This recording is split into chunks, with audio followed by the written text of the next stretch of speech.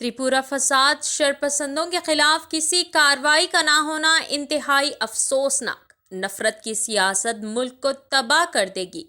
मौलाना अरशद मदनी। त्रिपुरा में होने वाले फसाद की सख्त अल्फाज में मजम्मत करते हुए जामिया उलमा हिंद के सदर मौलाना अरशद मदनी ने कहा कि शरपसंदों के खिलाफ अब तक किसी ठोस कार्रवाई का ना होना इंतहाई अफसोसनाक है। ये रद्द अमल इन्होंने जामिया उलमा हिंद के त्रिपुरा फसाद ज़दा इलाकों को 3 रोज़ा दौरा मुकम्मल करने के बाद पेश तफसीली रिपोर्ट पर जाहिर करते हुए कही।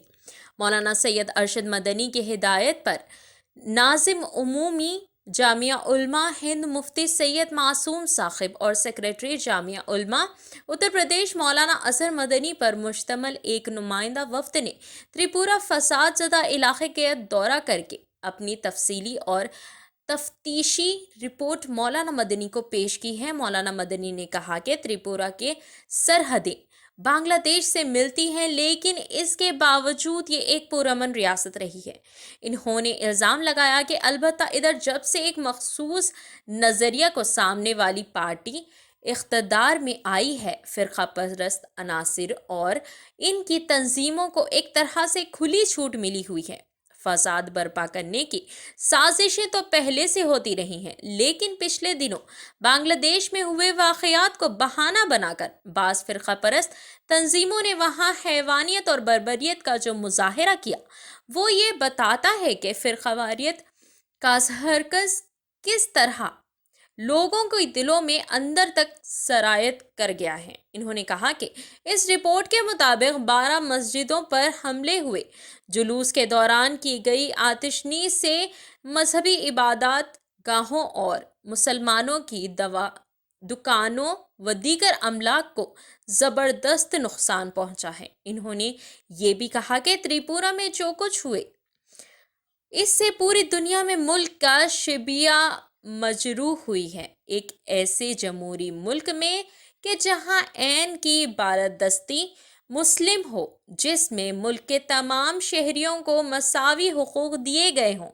एक मुंतखब शुदा हुकूमत के होते हुए किसी रियासत में अगर इस तरह के अफसोसनाक वाक़यात रोनुमा हो और मरकज़ और व रियासत दोनों हुकूमतें कुछ ना करें, तो इससे ऐन व क़ानून के बालादस्ती के साथ साथ इंसाफ के निज़ाम पर भी सवालिया निशान लग जाता है। मौलाना मदनी ने दावा किया कि जुलूस के दौरान शरपसंदों की भीड़ मुस्लिम अक्सरियती इलाकों से इंतहाई लाआज़ादा नारा लगाती और मस्जिदों और दुकानों को जलाती हुई गुजरी और पुलिस और इंतज़ामिया के ज़िम्मेदारान खामोश तमाशाई बने रहे।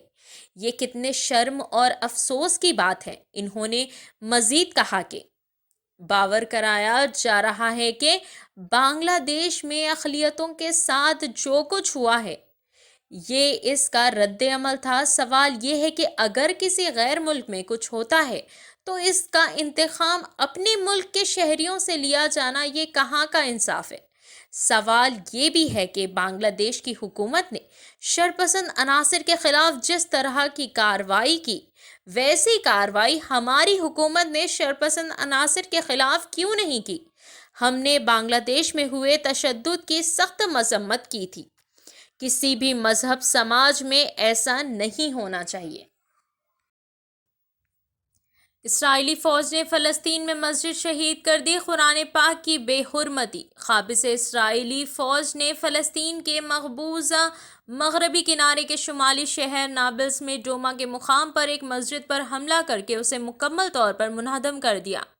मस्जिद को शहीद किए जाने के इस अश्ताल अंगेज़ इक़दाम के नतीजे में कुरान पाक ने नुस्खे और दीगर इस्लामी किताबें मलबे तले दब गईं, जिन्हें मुकामी शहरियों ने मलबे से निकाला। नाबल्स में यहूदी आबाद कारी के उमूर पर नज़र रखने वाले फ़लस्तीनी तजिज़िया निगार गुसान डिगलस ने बताया कि क़ाबिज़ इसराइली फ़ौज की भारी नफरी ने डोमा में 2 साल से कायम मस्जिद का घेराव किया। डोमा के मशरक़ी इलाक़े अनुसेफी में कायम और इस मस्जिद को भारी मशीनरी की मदद से शहीद कर दिया गया। इन्होंने बताया कि क़ाबिज़ फ़ौज ने जनूबी डोमा में फ़लस्तीनियों की ज़रई اراضی کے راستے اور پانی کے لائنوں کو بھی اکھاڑ پھینکا۔ عینی شاہدین نے بتایا کہ قابض فوج نے ڈوما میں متعدد فلسطینی خاندانوں کو ان کے املاک کو غیر قانونی قرار دینے کے نوٹس جاری کیے ہیں، جن میں انہیں مسمار کرنے کا حکم دیا گیا ہے۔ حیدرآباد میں پٹاخے جلانے کے دوران آنکھ میں چوٹ لگنے کے 42 کیسز، جھلسنے کے 35 واقعات درج۔ حیدرآباد اور قریب کے اضلاع میں 2 نومبر سے 5 نومبر کے درمیان پٹاخے کی آنکھ میں چوٹ کے 42 واقعات درج ہوئے ہیں۔ پٹاخے جلانے کے دوران جھلسنے کے 35 کیسز درج ہوئے ہیں۔ زخمیوں کو علاج کے لیے مہدی پٹنم کے سروجنی دیوی آئی ہاسپٹل سے رجوع کیا گیا ہے۔ معمولی زخمی ہونے والے 28 افراد کا علاج کرتے ہوئے گھر بھیج دیا گیا ہے۔ 7 کو شدید زخمیوں میں 4 کی حالت تشویشناک بتائی جا رہی ہے، جن کو ڈاکٹروں کی نگرانی میں رکھا گیا ہے، جبکہ 3 کو سرجیکل مداخلت کی ضرورت ہے۔